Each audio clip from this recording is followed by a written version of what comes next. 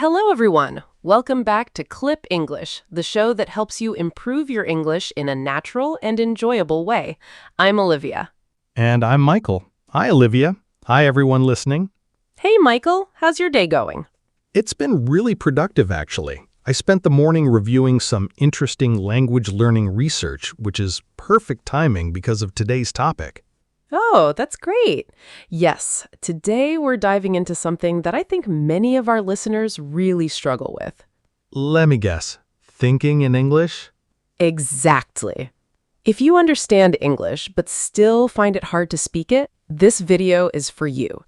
Many learners can read and listen well, but when it's time to speak, the words get stuck. Today, we will show you how to train your brain to think directly in English and finally stop translating. The biggest problem is not lack of vocabulary or grammar. The biggest problem is that your brain is still using your native language as a middleman. That extra step makes speaking slow and stressful.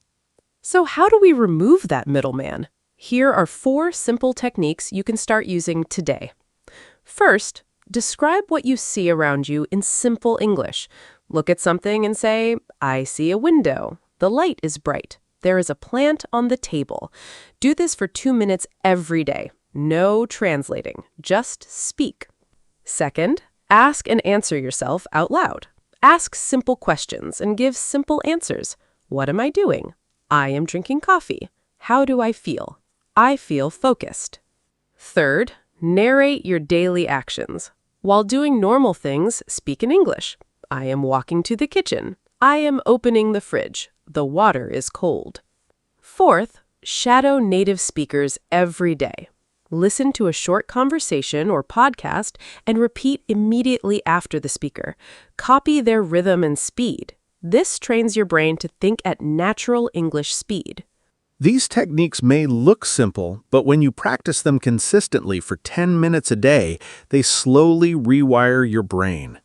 I had a student who translated in her head for many years. After doing these exercises daily, she told me she started dreaming in English.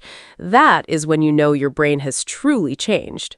So, here is your challenge. For the next 7 days, choose 2 of these techniques and practice them every day for 10 minutes. Speak out loud. No translating allowed. Come back and tell us in the comments, which technique did you try? Did you notice any difference in how you think after 1 week?